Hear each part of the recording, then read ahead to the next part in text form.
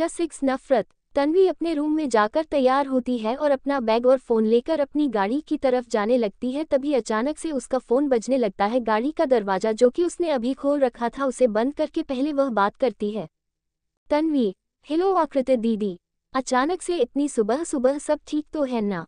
दूसरी तरफ आकृति तन्वी को उसे इतने प्यार से दीदी बुलाता सुनकर एक टेढ़ी मुस्कान देती है और सोचने लगती है, सचमुच मैं इतनी खास हूँ कि सिंघानिया परिवार की इकलौती बेटी भी मुझे इतनी इम्पोर्टेंट देती है। वहीं दूसरी तरफ तो खुद को देखना, रोशनी तू उसकी भाभी है, उसके बाद भी वह तुझे नहीं देखना पसंद करती।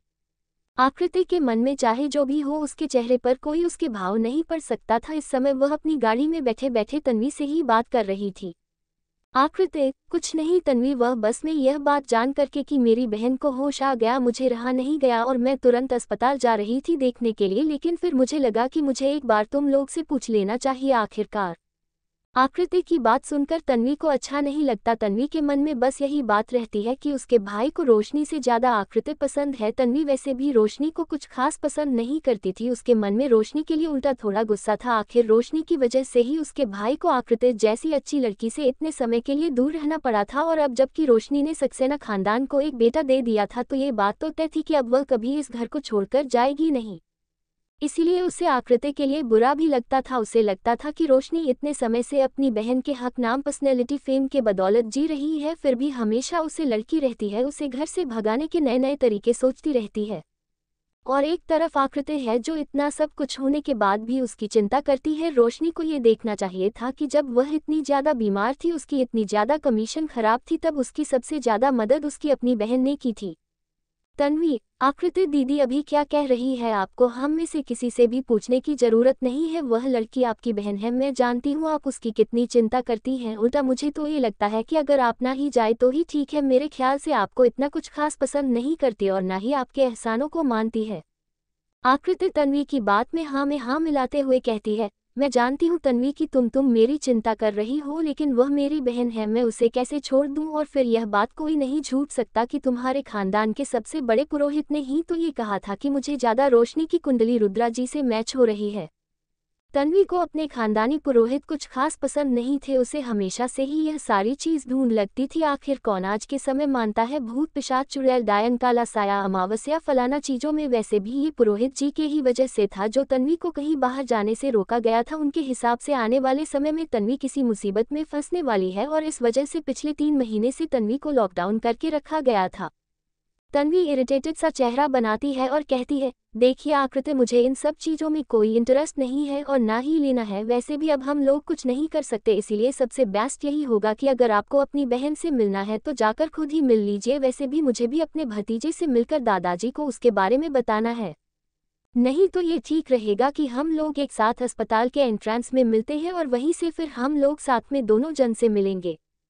उद्धरण चिन्ह। इतना कहकर तन्वी फ़ोन कट कर देती है। आकृति अपने फ़ोन को देखते हुए सोचती है, बेचारी रोशनी, अगर मैं तन्वी को इस तरह से भटकती नहीं ना तो पक्का अपने भतीजे को देखकर उसके मन में तुम्हारे लिए सॉफ्ट कॉर्नर बन जाता। और मैं नहीं चाहती कि जब तक रुद्र वापस नहीं आ जाता परिवार में उस बुढ़ों के अलावा कोई भी दूसरा तुम्हें सपोर्ट दे। अस्पताल में इस समय डॉक्टर एस रोशनी का लास्ट चेकअप कर रहे थे, चेक करने के लिए उसकी बॉडी में कोई अंग किसी तरह से प्रभावित तो नहीं हुआ है, ये 6 दिन कोमा में रहने के कारण। दूसरी तरफ रोशनी बहुत ज़्यादा इम्पेशेंट हो रही थी, जो काफ़ी समय से वेट कर रही थी कि कोई उसके बेटे को उसके पास वापस लेकर आएगा। लेकिन यहाँ पर तो कल से उसने अपनी आंखें खोली है, लेकिन अब तक उसके बेटे को उसके पास नहीं लाया गया। आखिर में बर्दाश्त नहीं कर पाती है और अपने पास में नर्स से बात करे डॉक्टर की तरफ देखते हुए बड़ी ही आवाज़ में कहती है, डॉक्टर डॉक्टर। उसके 2-3 बार बुलाने के बाद भी डॉक्टर पर ध्यान नहीं देता है। रोशनी अच्छे से जानती थी कि ऐसा क्यों है, या तो फिर उसकी बड़ी बहन ने इन्हें ये सब करने के लिए कहा है या फिर सिंघानिया परिवार की इग्नोरेंस के कारण ऐसा हुआ है। इस समय रोशनी का बिल्कुल मन नहीं था कि वह अंदाजा लगाए, अभी तो बस उसे अपना बेटा चाहिए था अपने पास। दोनों डॉक्टर जब उसकी बात नहीं सुनते हैं तब वह अपना एक हाथ उठाकर सामने रखे स्टैंड को, इस पर के ग्लूकोज की बोतल टंगी थी उसको गिरा देती है। होने के कारण उसके हाथ में लगी ड्रिप अचानक से निकल जाती है और उसके हाथों में से खून निकलने लगता है। अब इतनी ज़्यादा हलचल के बाद फाइनली दोनों डॉक्टर और नर्स उसकी तरफ देखते हैं। नर्स जल्दी से स्टैंड को खड़ा करके ड्रिप वापस लगने लगती है और डॉक्टर रोशनी के पास आकर उसे चेक करते हुए पूछता है, क्या हुआ, आपको कोई पेन हो रहा है? रोशनी अपनी आवाज़ में हल्का सा गुस्सा लाते हुए कहती है, मैं आपको तब से आवाज़ दे रही हूँ, मुझे मेरे बेटे से मिला दीजिए, आप क्यों नहीं मिल रहे? अब मैं ठीक हूँ, मुझे उससे मिलना है। उसे इस तरह से परेशान देखकर नर्स को काफ़ी बुरा लगता है। वैसे तो उसे ऐसा करने के लिए कहा नहीं गया था, लेकिन जब उनकी बहन ने ही उसे रोक दिया तो फिर कुछ नहीं कर सकते थे। लेकिन अब एक माँ को उसके बच्चे से दूर करना, वह नर्स साइड में खड़े डॉक्टर को देखते हैं। डॉक्टर अपना सिर हिलाकर परमिशन दे देता तो नर्स बाहर जाकर बेबी केयर यूनिट से रोशनी के बेटे को ले आती है। पिछली बार उसने अपने बेटे को उसे ग्लास बॉक्स के अंदर देखा था और आज पता नहीं कितने समय बाद वह अपने बेटे को देख पा रही थी। इससे पहले जब उसने अपने बेटे को जन्म दिया था तब अपनी ही बहन के हाथों मरने के कारण वह कभी अपने बेटे को गले से नहीं लग भाई जी कभी नहीं कहा पाई थी उससे कि उसकी माँ उसे कितना प्यार करती है, हमेशा उसके आगे पीछे घूमती रहती थी। लेकिन उसका बेटा कभी उसे देख नहीं सकता था। उसका रुद्रांश, उसका और रुद्र का बेटा अपने बेटे को इतनी जोर से गले लगाना चाहती थी मानो उसे अपने अंदर ही संभाले, लेकिन फिर अभी तो बहुत छोटा है, सिर्फ 7 दिन का, इस तरह से करने से कहीं उसे दर्द ना हो। रोशनी को रोता हुआ देख करके नर्स की आंखों में भी आंसू आ जाते हैं। कुछ नहीं आता कि आखिर इस औरत ने ऐसा क्या किया है। परिवार और ना ही इसकी बहन कोई इसके बारे में नहीं सोचता। और इस बच्चे का पिता कहाँ पर है, यही सवाल सारे हॉस्पिटल स्टाफ के मन में था। पता तो था कि यह पता कोई एक्स्ट्राऑर्डिनरी इंसान का बेटा होगा, तभी तो इतनी ज़्यादा सिक्योरिटी, इतने बड़े अस्पताल में इतनी ज़्यादा फैसिलिटीज़ पाना इतना आसान नहीं है। कभी कभार पैसे से ज़्यादा कनेक्शन की ज़रूरत होती है, लेकिन इन सब से आखिर क्या फ़ायदा जब प्यार ही ना हो। नर्स और डॉक्टर उन दोनों का चेकअप करने के बाद उसे शब्द से चले जाते हैं। जाने से पहले वह नर्स कृपया खोल देती है और बच्चों के झूले को माया के बेड के पास रख देती है ताकि अगर उसे बच्चों को वहां लेटना हो तो लेटा सके। दूसरी तरफ आकृति हॉस्पिटल गेट के बाहर तन्वी का वेट करने लगती है। थोड़ी देर में अस्पताल के बाहर एक BMW आकर रुकती है। गाड़ी का दरवाजा खोल करके तनी बाहर आती है। उसके हाथ में एक पैकेट होता है और फिर उसके पास जाकर खड़ी हो जाती है। आकृति उसे पैकेट पर नजर डालते हुए पूछता है, यह क्या है, इस बैग में क्या लेकर आई है तू? आकृति को देखकर तन्वी के चेहरे पर जो मुस्कान थी बाग के बारे में पूछकर थोड़ी हल्की पड़ जाती है। वह थोड़ा हिचकी चाहते हैं। वह कहती है, दादाजी ने मुझे रोशनी को यह फ़ोन देने के लिए कहा है, इसमें वॉलेट है और कई सारी चीज़ है। वैसे तो किसी और चीज़ कैसे ज़रूरत नहीं है, लेकिन दादाजी ने कहा है इसलिए सेफ्टी के तौर पर दे रहे हैं।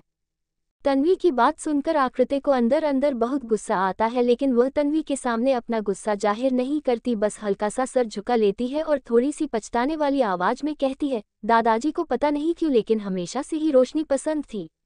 चाहे मैं कितनी भी कोशिश कर लो, उनकी नज़र में मैं कभी आई ही नहीं। आकृति का मुरझाया हुआ बेचारा सा चेहरा देखकर तन्वी को अच्छा नहीं लग रहा था। उसे तो हमेशा से ही आकृति ही अपनी भाभी के तौर पर चाहिए थी, लेकिन पता नहीं क्यों उसके दादाजी को कभी आकृति पसंद ही नहीं आई। सबकी सब कुछ है, उसमें इतनी बड़ी और फेमस एक्ट्रेस है, यहाँ तक कि रोशनी के पापा होने के बाद भी अंकल आकृति को पसंद करते हैं। ये दिखाता है कि वह कितनी अच्छी है, बस उसके दादाजी ही अलग सोचते हैं। इसके बाद दोनों अंदर जाने लगते हैं, जहां एक तरफ तन्वी सच में डूबी होती है, वहीं दूसरी तरफ आकृति तिरछी नजरों से देख देख मुस्कुरा रही होती है। अस्पताल से जाते हुए उसकी नज़र ग्राउंड फ्लोर पर मौजूद जनरल यूनिट पर होती है। आज हॉस्पिटल आते हुए जो उसे फ़ोन कॉल आया था, उसे बाद से उसके मन में उसी दिन रोशनी के वार्ड के अंदर जो हुआ था वह सब फिर से घूमने लगता है। जिस दिन उसने उसे नर्स को रोशनी को वह इलीगल मेडिसिन का इंजेक्शन लगाने के लिए दिया था, उसके अगले दिन ही उसे नर्स का एक्सीडेंट हो गया, वह भी इसी अस्पताल के अंदर। उसके बाद उसका उसे वार्ड के अंदर उसका डर जाना और उसे आत्मा को देखना और फिर अचानक से कोमा में मौजूद रोशनी का होश में आ जाना, ये सब कुछ बस एक ही चीज़ दर्शाता है, कुछ तो बदला है बीते 10 दिनों में, लेकिन क्या? 7 डिवोर्स। तन्वी और आकृति दोनों हॉस्पिटल में लिफ्ट लेकर के सीधा विप फ्लोर पर जाते हैं। इसके बाद वहां से सीधा रोशनी के पास दोनों जन चले जाते हैं। वह जगह जहां पर अभी रोशनी होती है वहां पर पहले से ही कर बॉडीगार्ड खड़े होते हैं, ब्लैक सूट और ब्लैक गॉगल्स पहने। उनमें से 2 के हाथ में पिस्तौल्स होती है और 2 इलेक्ट्रिक बटन लेकर खड़े होते हैं।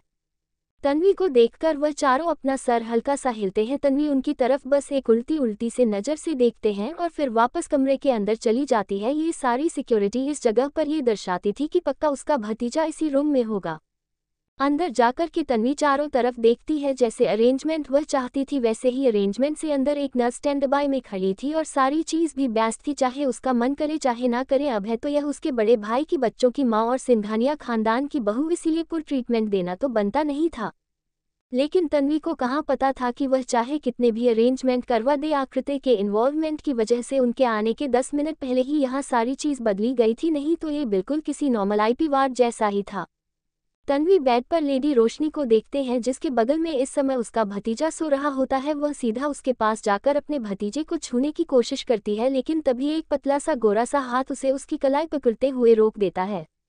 अपने हाथ को इस तरह से पड़ा हुआ देख करके तन्वी को अच्छा नहीं लगता, उसके चेहरे के एक्सप्रेशंस बदल जाते हैं। वहीं दूसरी तरफ आकृति इस मौके का फायदा उठाकर तुरंत रोशनी का हाथ पकड़ लेती है और कस की पूरी ताकत लगाते हुए हटाते हुए कहती है, ये तो क्या कर रही है तन्वी, तेरी नंद है, इस बच्चे की हुआ है तो उसे छूने नहीं देगी क्या? देख, तुझे अगर गुस्सा आ रहा है तो तुम मुझ पर साथ ऐसा क्यों कर रही है?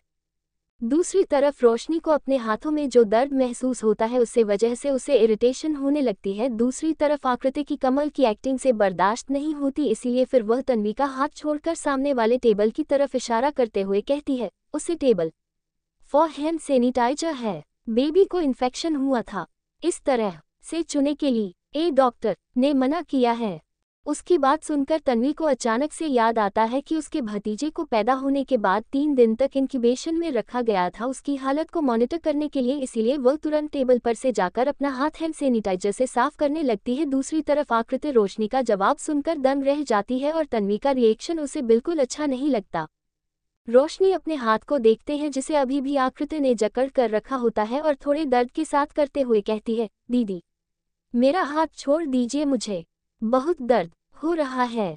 वैसे तो आकृति नहीं चाहती थी, वह तो चाहती थी बस कीजिए तरह से रोशनी उसकी जिंदगी से गायब हो जाए, लेकिन क्योंकि तन्वी उन दोनों की तरफ देख रही थी इसलिए वह तुरंत उसका हाथ छोड़ देती है और अपने नाटक को जारी रखते हुए कहती है, मुझे माफ कर दे, आई एम सो सॉरी, मैं टाइप से पकड़ लिया, क्या ऐसा करना नहीं चाहती थी, प्लीज मुझे माफ कर दे, मुझे एक बार तेरे बेटे को लेने देना, बिल्कुल मेरे बेटे जैसा है, मुझे बिल्कुल छोड़ने पर जाऊंगी, मैं तेरा हाथ गलती से पकड़ा था, इसकी सजा तू मुझे और किसी तरह दे देना, इस तरह से नहीं।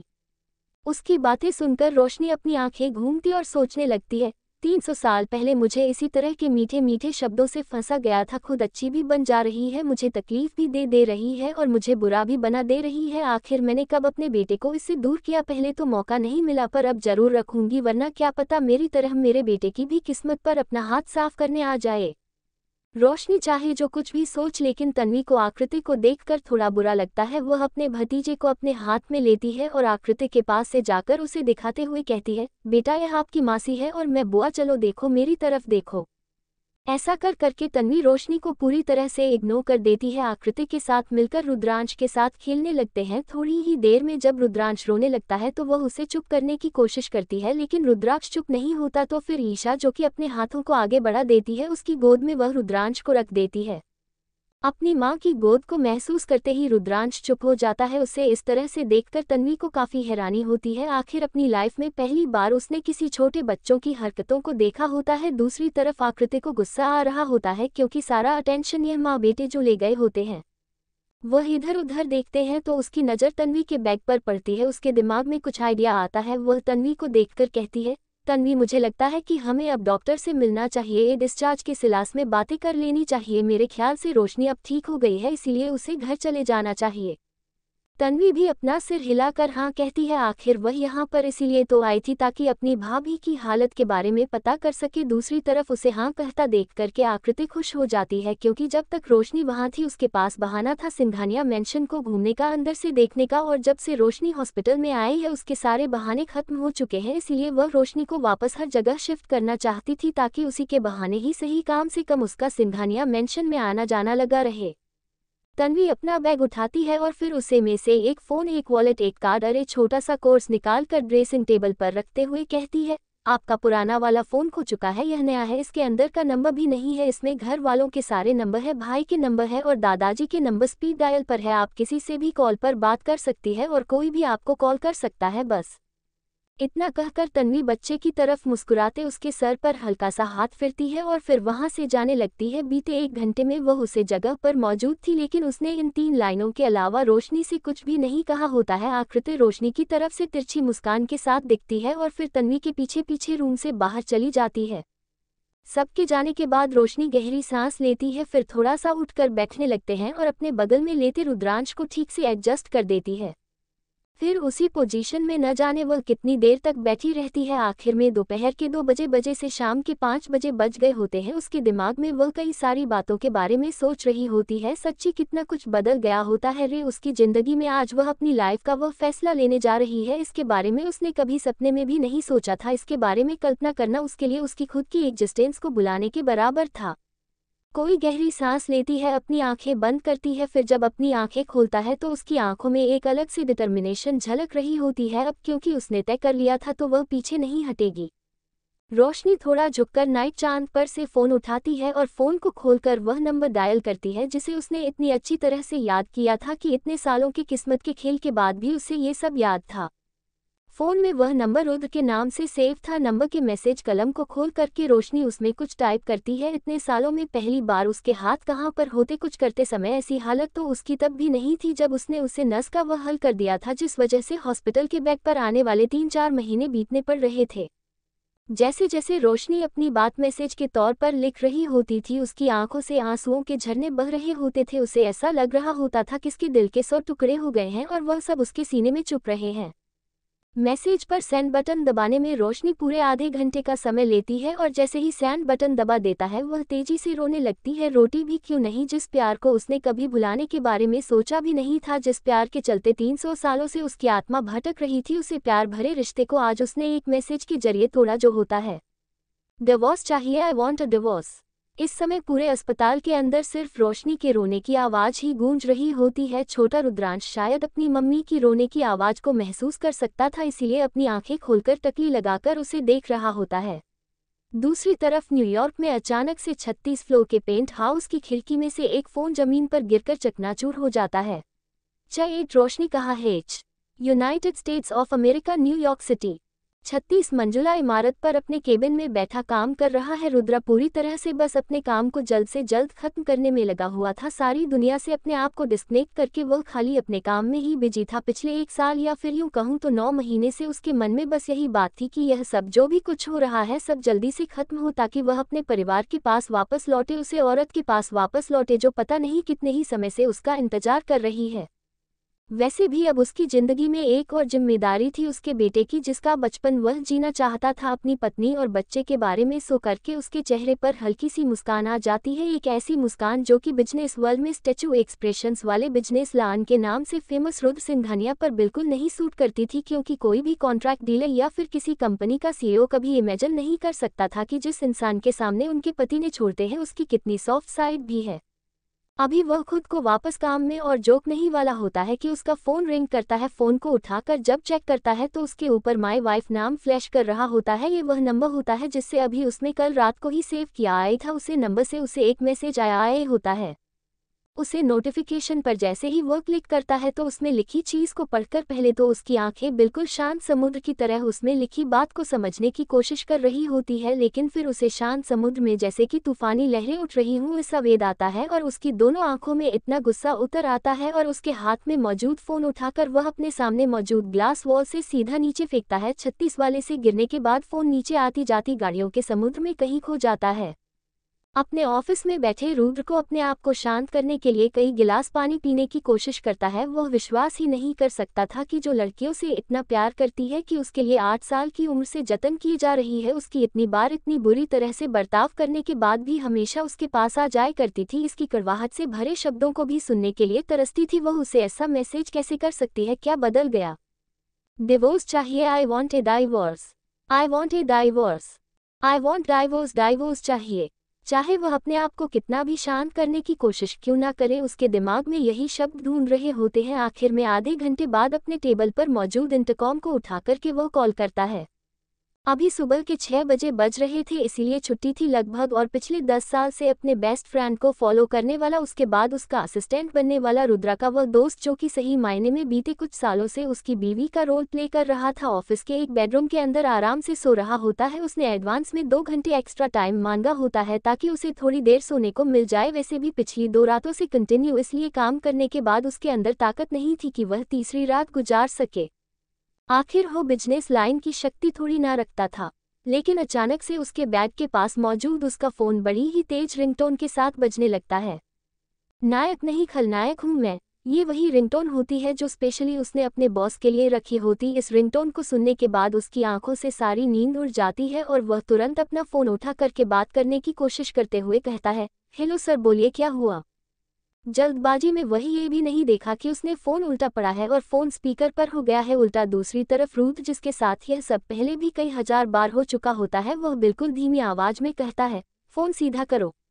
दूसरी तरफ अचानक से इतनी तेज आवाज के कारण मोहित अपने कान रगड़ते हुए जब अपने प्यार बस की बातें सुनता है तो देखा है कि उसने फ़ोन उल्टा पड़ा है, जिस वजह से स्पीकर ऑन हो गया है। वह तुरंत स्पीकर बंद करके फ़ोन सीधा करता है और अपने कान के पास लगा कर कहता है, सॉरी सर, वह मैं अभी जल्दबाजी में ये हो गया।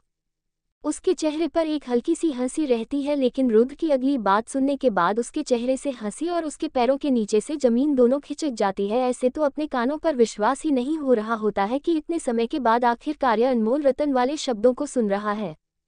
4 दिन में इंडिया जाने की फ्लाइट बुक करें। बस इतना सा खाने के बाद फ़ोन कट जाता है और अपना मुंह आधा खोल करके मोहित अपने सामने मौजूद फ़ोन को देख रहा होता है। इंडिया जाना, यह वही इंसान होता है जो अपने बेटे के पैदा होने की बात सुनकर भी यह शब्द नहीं कहता और उसे समझ नहीं आता क्या आखिर ऐसा क्या हो जाता है कि इंडिया जाने के लिए तुरंत तैयार हो जाता है। ऐसा क्यों बदल गया? जहां एक तरफ सारी दुनिया ये सोच रही थी कि आखिर ऐसा क्या बदल गया, वहीं दूसरी तरफ इस बदलाव का असली कारण रोशनी बस अपने बेटे को अपने गले से लगाकर लेती रहती है। उसके लिए ये सब सपने की तरह होता है और उसकी आंखों में उमड़ना हुआ दुख का सैलाब, उसके चेहरे की उदासी सब जाहिर कर रही होती है उसे दुख को जो उसे मैसेज को भेजने के बाद वह महसूस कर रही होती है। उसके मन में बस रुद्र का रिएक्शन क्या होगा, यही बात चल रही होती है। क्या सोच रहा होगा रुद्रा को पक्का इस बात से खुश होगा कि मैं उसे छोड़ दिया? क्या उसे हमारी शादी के ऊपर वह दो रहते हैं कि सब याद आ रहा होगा मैसेज पढ़ने के बाद? क्या हुआ, इंडिया जाकर यह सब करने के बारे में सोचेगा या फिर वहीं से डिवोर्स पेपर भेज देगा? उसके दिमाग में ये सारे सवाल चल रहे थे, लेकिन खुद को फिर से उसे भांवर जाल में ना फंसने का डिसीजन लेने के बाद रोशनी पीछे हटने वाली नहीं थी। वह खुद को लंबी गहरी सांस लेकर शांत करती है और फिर काफ़ी देर तक सोने के बाद अपना फ़ोन उठाकर एक बार फिर से किसी को कॉल करती है।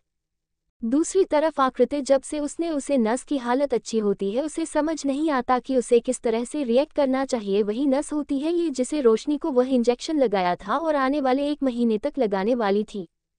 लेकिन इस समय रोशनी होश में थी और यह कुआं में चली गई थी। आकृति के सामने सोफे पर बैठी उसकी माँ एक कपड़े पर सीलन लग रही होती है। अपनी बेटी को इतना परेशान देखकर वह उसके हाथ की तरफ इशारा करते हुए कहती है, तुझे इन सब चीज़ों के बारे में इतना सोचने की ज़रूरत नहीं है, इन सब के लिए तेरी माँ है ना।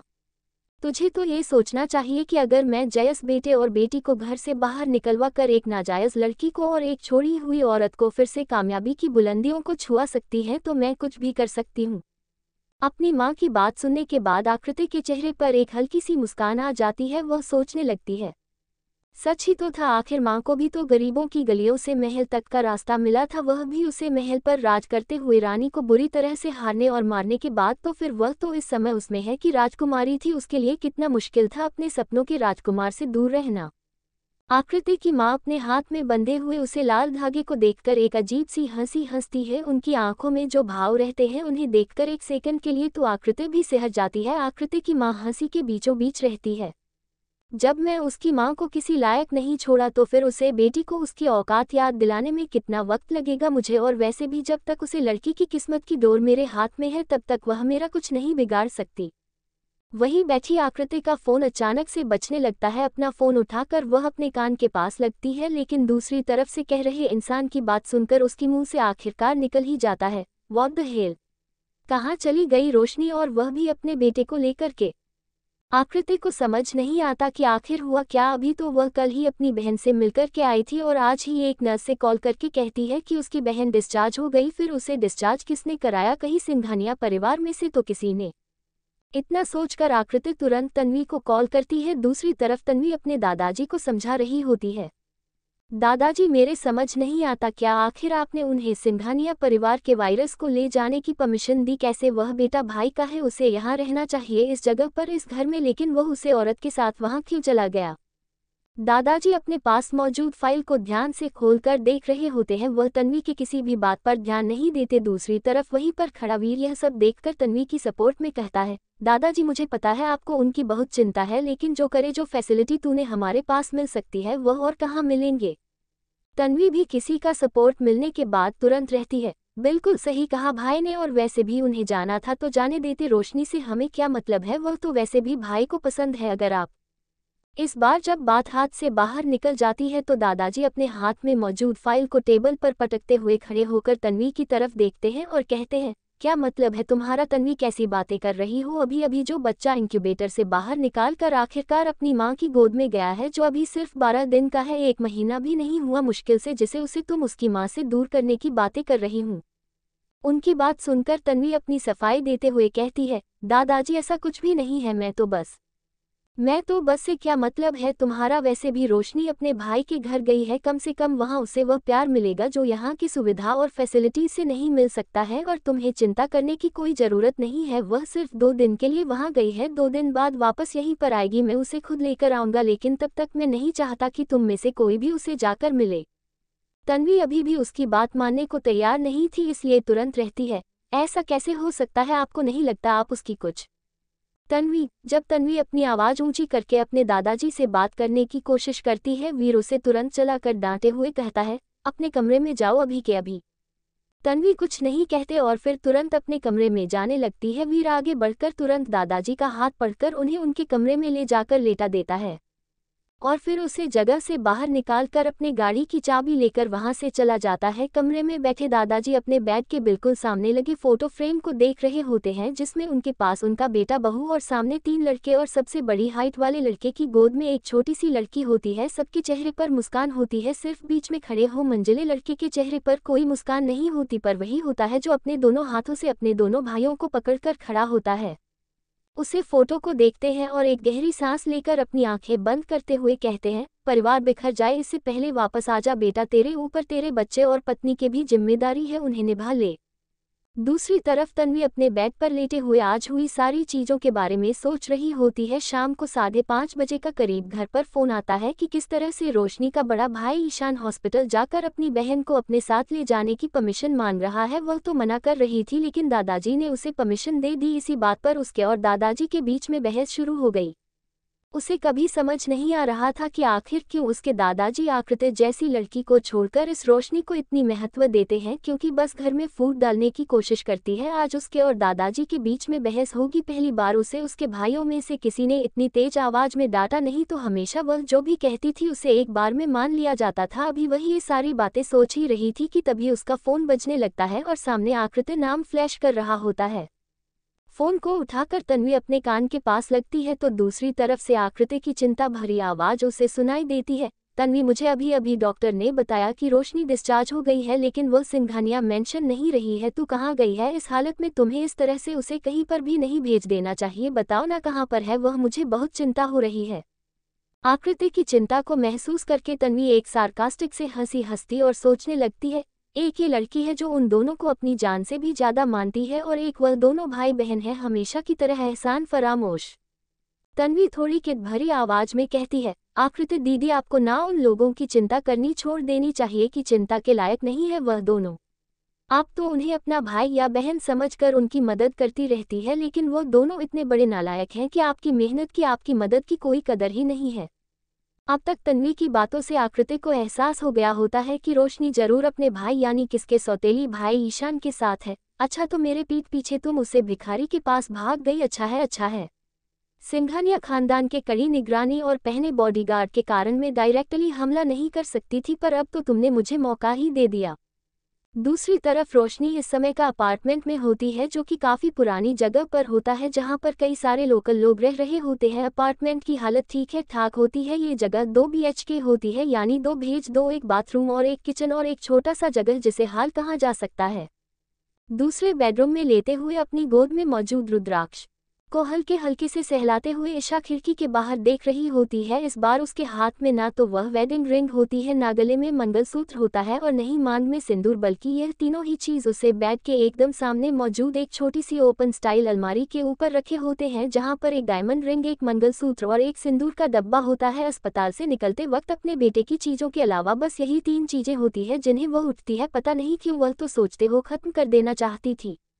क्या ये सब उसके लिए इतने सालों बाद भी इतना मुश्किल है? आखिर में खुद को रोक नहीं पाती और रुद्रांश को बेड पर लेटकर उसकी चारों तरफ ताकिया रखकर बेड पर से उठकर उसे जगह पर जाकर अपनी वेडिंग रिंग को अपने हाथों में पहन लेती है, मंगलसूत्र को वापस पहन लेती है और सिंदूर को अपने हाथ में लेकर अपनी मांग में भरते हुए एक लंबी गहरी सांस लेती है। शायद हाँ, ये सब उसके लिए इतना ही मुश्किल है। चनाइन पत्थर की मूरत। रोशनी अभी अपने प्यार के भवन में फांसी होती है कि उसे उसकी नींद से जगाने के लिए पीछे से एक जोरदार आवाज आती है और दरवाजा खोलकर अंदर जाकर ईशान उसे देखते हुए कहता है, देखा, मुझे लगा ही था इतना सब होने के बाद भी तेरे अंदर अकल नहीं आई है। उसे पत्थर से प्यार करती आ रही है और उसे पत्थर में तेरे लिए कोई इमोशंस ही नहीं आए। ईशान रोशनी का सागा बड़ा भाई और आकृति का सौतेला भाई, एक समय पर मल्होत्रा खानदान का इकलौता वारिस और उसकी जायदाद का होने वाला मालिक। ईशान आज इस टूटी फूटी बिल्डिंग में रहने के लिए मजबूर था। कारण था उसकी मां की मौत के बाद उसके पापा का इस तरह से बदल जाना। जो पापा कभी अपने दोनों बच्चों को अपने आलीशान घर से बाहर निकालने की परमिशन भी नहीं देते थे, इस डर से कि कहानी उनके कपड़ों पर धूल न लग जाए, वही उनके प्यारे पापा एक दिन अचानक से इतने कठोर दिल हो जाते हैं कि अपने दोनों बच्चों को घर से बाहर निकाल देते हैं। वह तो रोशनी की शादी करनी होती है, इसलिए उसे घर में रखते हैं और उसकी शादी समय से पहले करके उसे घर से बाहर निकाल देते हैं। और ईशान को तो शादी करने का भी वेट नहीं करते, पहले ही उसे घर छोड़ने के जाने की इजाज़त दे दी जाती है। इसके साथ साथ कंपनी से रिलेटेड किसी भी चीज़ में ईशान को इवॉल्व न करने की डिसीजन भी उनके पापा का ही तो होता है। ईशान की अपनी एकेडमिक सर्टिफिकेट के बलबूते, मेहनत के बलबूते जो बड़ी बड़ी कंपनी में उसे नौकरियां मिल रही थी, उसे पर भी अपना प्रेशर बना करके उन कंपनी को धमकाया जाता है। आखिर में ईशान एक ऐसा इंसान जिसने बिजनेस मैनेजमेंट से एमबीए किया था, इसके साथ साथ उसकी टॉप यूनिवर्सिटी से अपनी पूरी पढ़ाई कंप्लीट की थी, एक कॉलेज में छोटे से लेक्चरर की जॉब कर पता है जिसकी तनख्वाह होती है महीने के 30,000 रुपये। अगर रोशनी की भाभी एक कॉल सेंटर में काम नहीं कर रही होती और घर में फाइनेंशियल कंडीशंस में हेल्प नहीं कर रही होती तो वह दोनों किसी भी तरह से अकेले ईशान की सैलरी पर तो दिल्ली जैसे महंगे शहर में नहीं रह पाते।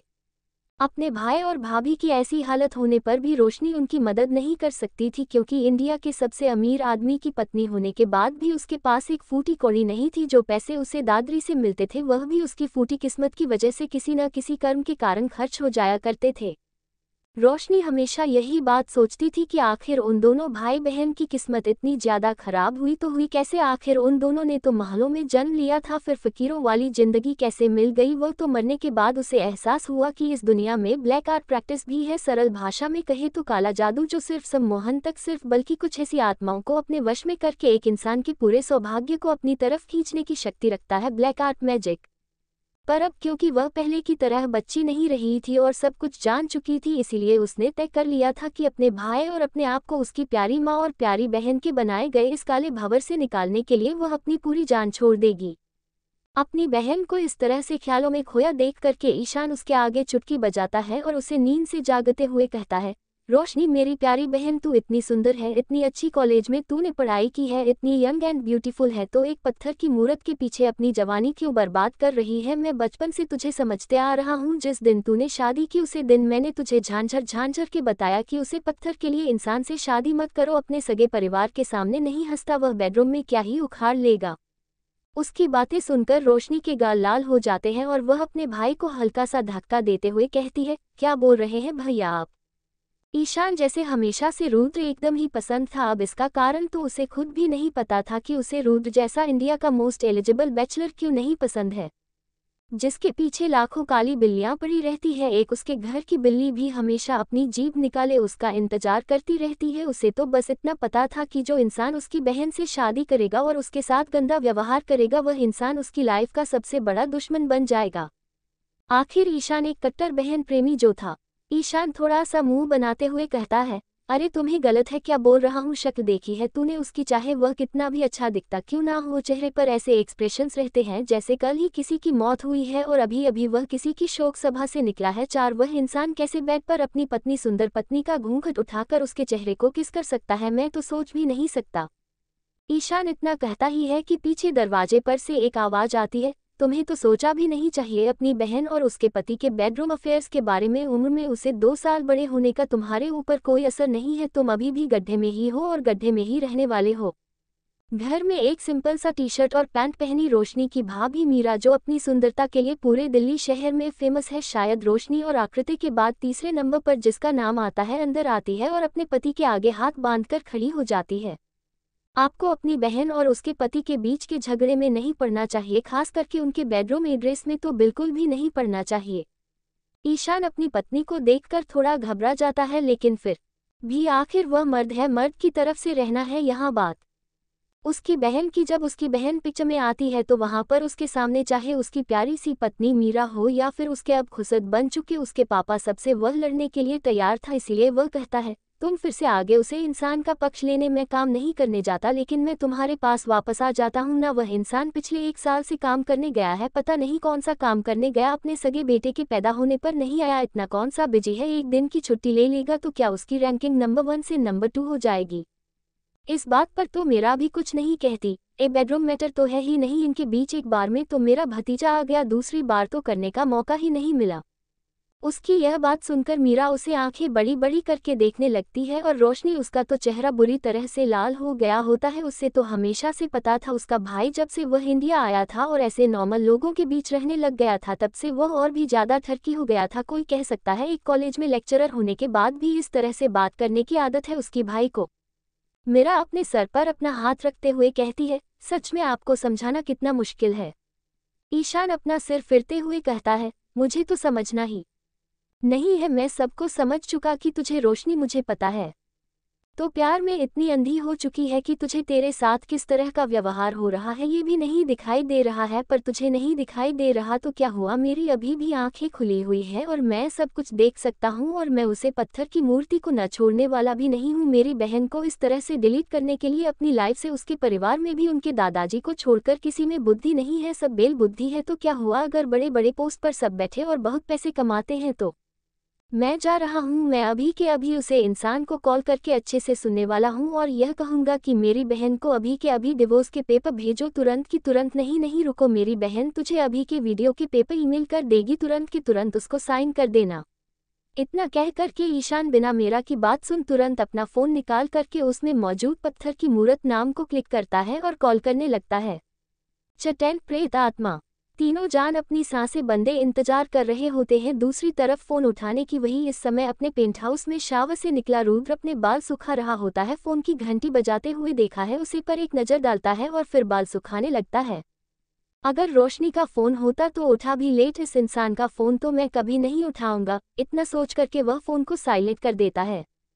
3-4 बार कॉल करने के बाद भी जब उसका फ़ोन नहीं उठाया जाता तो गुस्से में इंसान अपना फ़ोन उठाकर पटकने की कोशिश करता है, लेकिन मीरा उसे रोक देती है। अरे मेरे प्यारे पतिदेव, शांत हो जाए, 15,000 का फ़ोन है और मेरे पास पैसे भी नहीं है कि दोबारा हम लोग खरीद लेंगे। मन मर करके ईशान बेड पर पड़ी ताकिया को उठाकर फेंक देता है और गुस्से से अपने पैर पटकते हुए कहता है, मैं तुमसे कह रहा हूँ, इंसान न जान करके मेरा फ़ोन नहीं उठाता है। पहले भी जब भी मेरी बहन इसके पीछे पीछे घूमती रहती थी और मैं इस फ़ोन करता था तब भी है मेरा फ़ोन नहीं उठाता था। बस्टर्ड कुत्ता का तारांकन, उद्धरण चिन्ह। न जाने कितनी ही गालियां दे देकर आखिरकार जब ईशान का मन भर जाता है तो वह एक गिलास पानी पी करके हाल में जाते हुए कहता है, खड़ी मत रहो, मेरा टिफ़िन दो, मुझे लेक्चर के लिए लेट हो रहा है, आज मेरे दो लेक्चर है। पीछे खड़ी मीरा रोशनी को देखते हैं जो इस समय उसे ही देख रही होती है और अपना सिर हिलाते हुए अपने पति के पीछे जाने लगती है। इतने दिन के बाद, शायद अपने बेटे को लेने के बाद, ये पहली बार होता है जब रोशनी खुलकर मुस्कुरा रही होती है। सच में पूरी दुनिया में सिर्फ उसके भाई के अंदर एक कैपेसिटी थी जो उसके जैसी को हंसा सकते थे। कुछ देर तक वहीं खड़े होने के बाद रोशनी खिड़की के पास जाकर खड़ी होती है और नीचे देख रही होती है उसका भाई, जिसे महंगी महंगी भारत कर में घूमने की आदत थी, एसी के बिना तो कहीं पर भी नहीं रखता था। वह इंसान किस तरह से अपना स्कूटर ऑन करने के लिए परेशान था। आखिर उसकी सैलरी में एक सेकंड हैंड स्कूटर है तो आ सकता था। कहते हैं जो अपनों ने ही कश्ती छोड़ दिए तो नया डूबने ही होती है, और यहाँ तो उसके सगे पापा ने उनके साथ छोड़ दिया तो फिर वह कहीं रह सकती थी किसी और को। रोशनी अपना फ़ोन हाथ में लेकर के उसके अंदर मौजूद कैलेंडर में आज की तारीख देख रही होती है, 12 सितंबर 2023।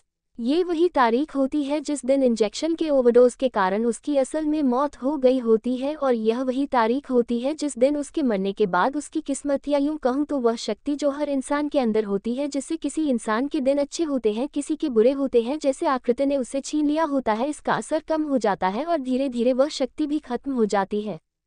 एक तरह से कह तो कल वह तारीख होती है जिस दिन आकृति का शिकार कोई और बनने वाला होता है। पृथ्वी में आने वाले 400 सालों तक क्या होगा उसे इस बारे में सब कुछ पता होता है। वह उसे इंसान को भी जानती थी जिसे अब आकृति अपने काले जादू के फेंस में फंसाने वाली होती है। रोशनी अपने सोते हुए बेटे को देखते हैं, फिर उसके आसपास छोटी छोटी तकिया लगाकर और कमरे को थोड़ा सा क्लीन करके बाहर निकलती है। किचन में इस समय एक टिफिन पैक कर रही उसकी भाभी खड़ी होती है।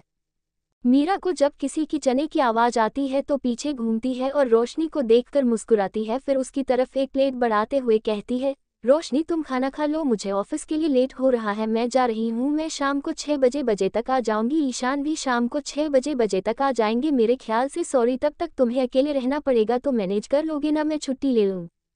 खाने की प्लेट अपने हाथ में लेकर के रोशनी कहती है, नहीं नहीं भाभी, आपको छुट्टी लेने की कोई ज़रूरत नहीं है मेरे लिए, आप अपना काम मत खराब करिए। वैसे भी मैं तो अभी कुछ काम नहीं रही हूँ, आप ही के भरोसे हो ना। मैं नहीं चाहती कि मेरी वजह से आपके सर पर और भी ज़्यादा।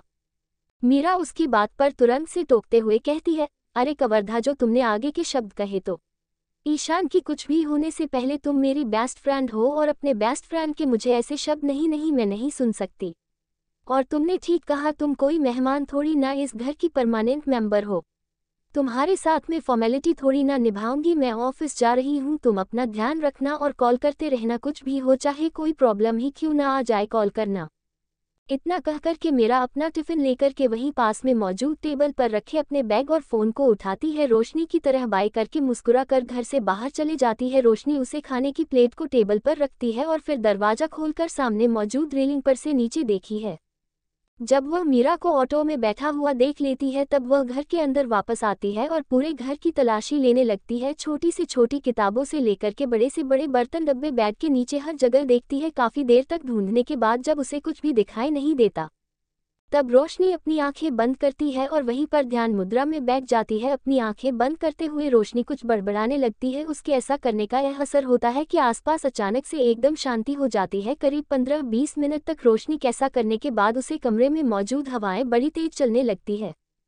हवा की रफ्तार रोशनी के चारों तरफ एक भंवर सा बना देती है। उसे तेज हवा में मौजूद घर का सारा सामान अपनी अपनी जगह से उड़ करके उसे भवन में घूमने लगता है। इतनी तेज रफ्तार होने के कारण रोशनी के बाल, जिसे उसने एक रबर के सहारे जुड़े में बांध रखा था, पूरी तरह से खुल जाते हैं और उसके आसपास बिल्कुल सांपों की तरह उड़ने लगते हैं। बस इस पॉइंट पर रोशनी अपनी आंखें खोलता है। उसकी आंखें जो पहले हॉकी भूरी थी पूरी तरह से काली हो चुकी होती है। उन आंखों से 2 खून की बूंदें गिर रही होती है जैसे किसी इंसान के आंसू। इस समय उसे देखकर कोई भी इतना डर जाता है कि वही बेहोश हो जाता। रोशनी की आंखें खोलने के बाद जो हवा का भंवर उसके दर्द बना था वह रुक जाता है। वह सारी चीज अभी भी हवा में रुकी हुई रहती है। अचानक से ईशान और मीरा का बेडरूम का दरवाजा बड़ी ही तेजी से खुलता है और उसके अंदर से एक चीज उल्टी हुई रोशनी के सामने जाकर गिरती है। मीरा का मंगलसूत्र। उसे मंगलसूत्र को देखकर कि रोशनी को इतना गुस्सा आ रहा होता है कि उसकी गुस्से के कारण उसकी आवाज ऐसी हो जाती है जैसे 10 लोग एक साथ बोल रहे हो, ये तुमने ठीक नहीं किया आकृति, शादी के इतने पवित्र निशानी को किसी की बर्बादी का कारण बना दिया, मैं तुम्हें छोड़ूंगी नहीं। रोशनी अपना हाथ आगे बढ़ा करके उसे मंगलसूत्र को पकड़कर अपने हाथों में लेती है और अपनी आंखें बंद कर दी। आसमान में रुकी वह सारी चीज वापस से अपनी अपनी जगह पर चली जाती है। मीरा और ईशान के बेडरूम का दरवाजा अपने आप बंद हो जाता है। ईशा के बाल जो पहले खुल गए थे खुद पहले की तरह हो जाते हैं और उसकी आंखों से जो 2 खून की बूंदें जमीन पर गिरी थी वह फिर से वापस रिट्रैक्ट होकर के गायब हो जाती है। इस बार जब रोशनी अपनी आंखें खोलता है तो उसकी आंखें पहले की तरह सुर्ख बुरी होती है। एक बेहद ही खूबसूरत आंखें जिनमें एक समय पर चमक हुआ करती थी जिंदगी की चमक पर अभी तो सिर्फ अंधेरा होता है। रोशनी अपने हाथ में मौजूद उसे मंगलसूत्र को देखते हैं और फिर किचन में जाकर के चाकू लाती है और उस चाकू की मदद से अपनी एक उंगली के सरे को काटते हुए उसमें से 2 खून की बूंदें उसे मंगलसूत्र पर गिराती है। थोड़ी ही देर में वह मंगलसूत्र उसे खून को सूख लेता है और उसे मंगलसूत्र में से काला धुआं निकलने लगता है। ईशा घर में मौजूद मंदिर के अंदर से भस्म लेकर आती है और उसे भस्म को देखते हुए सोचती है, असली नहीं है पर मेरा काम तो हो ही जाएगा।